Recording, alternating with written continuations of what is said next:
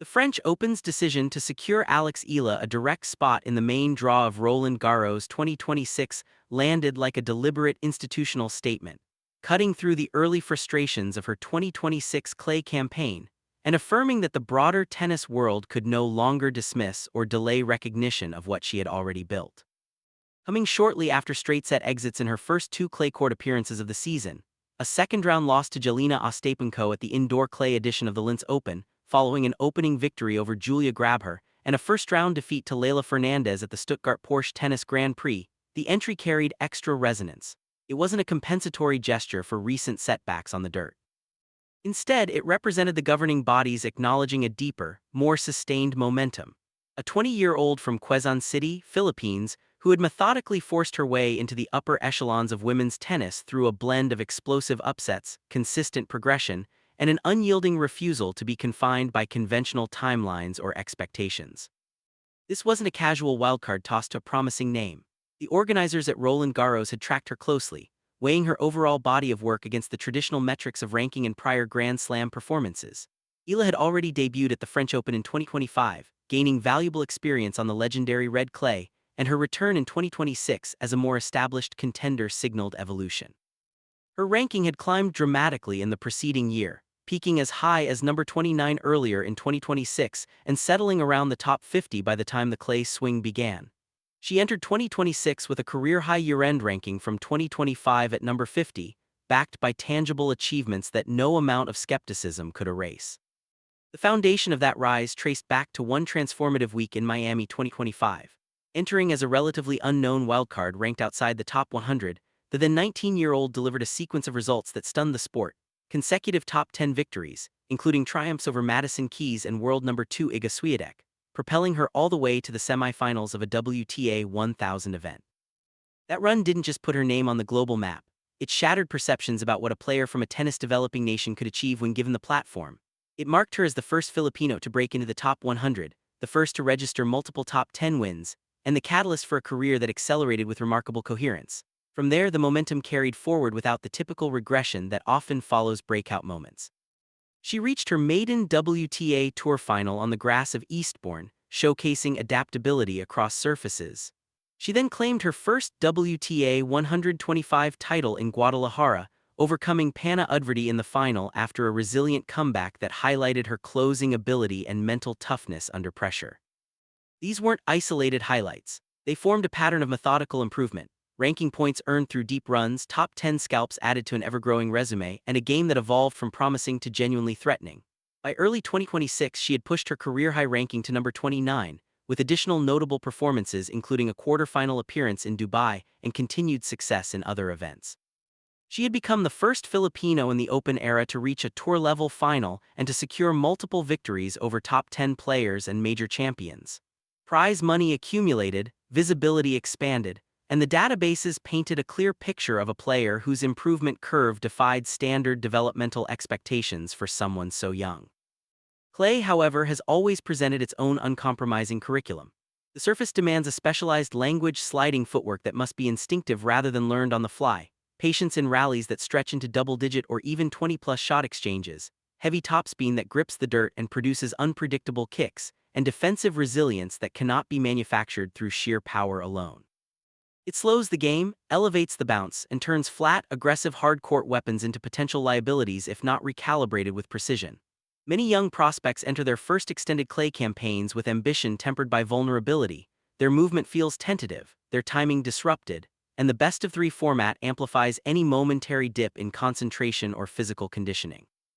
Eala approached the red dirt with the benefit of prior exposure and training at the Rafa Nadal Academy, where the clay court philosophy is ingrained as both technique and mindset. Her left-handed serve, already potent on faster surfaces, adapted with added kick and angle, creating awkward bounces that forced opponents to adjust their returns uncomfortably. The forehand, long a cornerstone of her game, carried heavier topspin and depth on clay, pushing rivals behind the baseline and creating opportunities to dictate from neutral positions. Yet the true distinction lay in the layers beneath the strokes, a strategic maturity that allowed her to read the geometry and rhythm of points with almost veteran-like foresight. She demonstrated an ability to construct rallies deliberately, knowing exactly when to inject pace and aggression to close out a point, when to introduce variety through disguised drop shots or slices that disrupted an opponent's balance, and when to embrace extended defensive battles that tested the physical and mental limits of more experienced players. In Linz, her first clay match of 2026 delivered a solid opening win over Julia Grabher 6-4, 6-3, showcasing clean ball striking, effective serving under the new indoor clay conditions, and the ability to close out sets efficiently. The subsequent loss to Ostapenko highlighted the challenges of sustaining that level against a powerful, seasoned clay performer, while the Stuttgart defeat to fellow Filipino-rooted player Leila Fernandez 1-6, 4-6 underscored areas still requiring refinement, particularly in handling aggressive forehand dominance and maintaining consistency across extended rallies on the surface. These early results were not indictments, but data points in an ongoing adaptation process. They revealed a player actively learning the nuances of slide, bounce, and attrition rather than expecting immediate mastery. What truly elevated Eala beyond other talented young prospects was how she transformed her relative youth and outsider status into structural advantages. The authentic hunger, that drive born from knowing every victory represents another step toward full legitimacy on the biggest stages, fueled her without the complacency that can creep into more established careers. Opponents were not merely matches to be won. They were gatekeepers standing between her current position and the grander platform she envisioned. Each hard-fought win, whether in front of modest crowds at challenger-level events or under the intense lights of Miami, became another foundation stone in a growing edifice of credibility. This urgency translated into sharper focus during critical moments, bolder shot selection when opportunities arose, and a refusal to settle for respectable losses. As her profile expanded, the tennis ecosystem reacted in interconnected waves. Media coverage, once limited to niche stories about Philippine tennis, shifted toward in-depth features exploring her rapid ascent, her cultural significance, and the fresh narrative she brought to a sport often dominated by familiar rivalries. Sponsorship interest grew as brands recognized the appeal of a young, articulate, photogenic athlete who expanded the sport's global footprint. Tournament directors and scheduling committees began factoring her drawing power and competitive intrigue into their planning. Established players offered public reactions that spanned genuine respect, cautious analysis, and occasionally the subtle competitive tension that surfaces when a younger athlete disrupts long-accepted hierarchies with visible speed and completeness. Some viewed her trajectory as proof that modern training ecosystems, data-driven preparation, and global academies were compressing traditional developmental timelines. Others quietly adjusted their own approaches in response. Social media served as both amplifier and arena for debate. Fans who had rarely followed WTA 125 events or early clay tune-ups discovered her through viral highlight reels, pinpoint winners, composed recoveries from deficits, tactical adjustments mid-match, and moments of brilliance against higher-ranked opposition. Online conversations grew passionate and multifaceted. Celebrations of her role in bringing geographic and generational diversity to the tour, debates about the sustainability of her rise across all surfaces, particularly the physical and mental demands of best-of-breed Grand Slam formats on clay, questions about the interplay between natural talent and systematic coaching, and discussions on whether the sport structures were adapting quickly enough to accelerated excellence.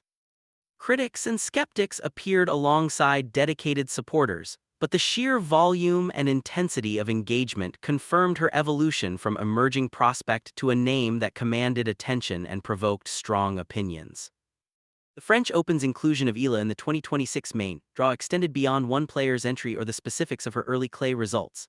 It served as pragmatic recognition that her on-court reality, the Miami breakthrough, the Eastbourne final, the Guadalajara title, consistent top-level performances, and a ranking that reflected genuine competitiveness, had outpaced rigid adherence to traditional qualification pathways in certain contexts. Traditional systems of incremental ranking accumulation through juniors and ITF circuits remain foundational for countless athletes, yet they are no longer the sole gatekeepers when exceptional performance creates its own imperative. By granting her the spot, Roland Garros not only elevated the tournament's narrative depth and competitive balance, but also subtly signaled a broader institutional shift. Gatekeeping in women's tennis is becoming more responsive and permeable when undeniable results and momentum demand acknowledgement. This decision carries precedent-setting implications that other majors and events will observe, potentially influencing how future pathways to the elite level are navigated.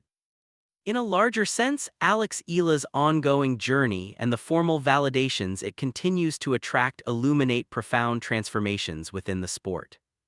The historical model of patient, decade-long progression is still valid for many, but modern realities, access to specialized surface training at academies like Nadals, advanced sports science and data analytics, global coaching networks, and a greater willingness by tournaments to respond to real-time excellence are accelerating development and deepening the overall talent pool at an unprecedented rate. The competitive margins separating established elites from rising prospects are tightening faster than previous generations experienced. Timelines for breakthroughs are shortening. Younger players are arriving with higher baselines of tactical sophistication, physical conditioning, and psychological resilience. For Eala, still only 20 and proudly carrying the flag for Philippine tennis on the international stage, the 2026 Roland Garros appearance represents another meaningful chapter in an unfolding story rather than any kind of endpoint. The red clay of Paris will pose fresh and rigorous questions. Can she translate her hard-court weapons, grass-court final experience, and prior Grand Slam exposure into sustained, multi-round success on the slowest and most demanding surface? Can she navigate the physical toll and mental warfare of best-of-3 sets against opponents who have honed their clay games over many more seasons? The early 2026 results in Linz and Stuttgart offer both encouragement and clear areas for continued refinement.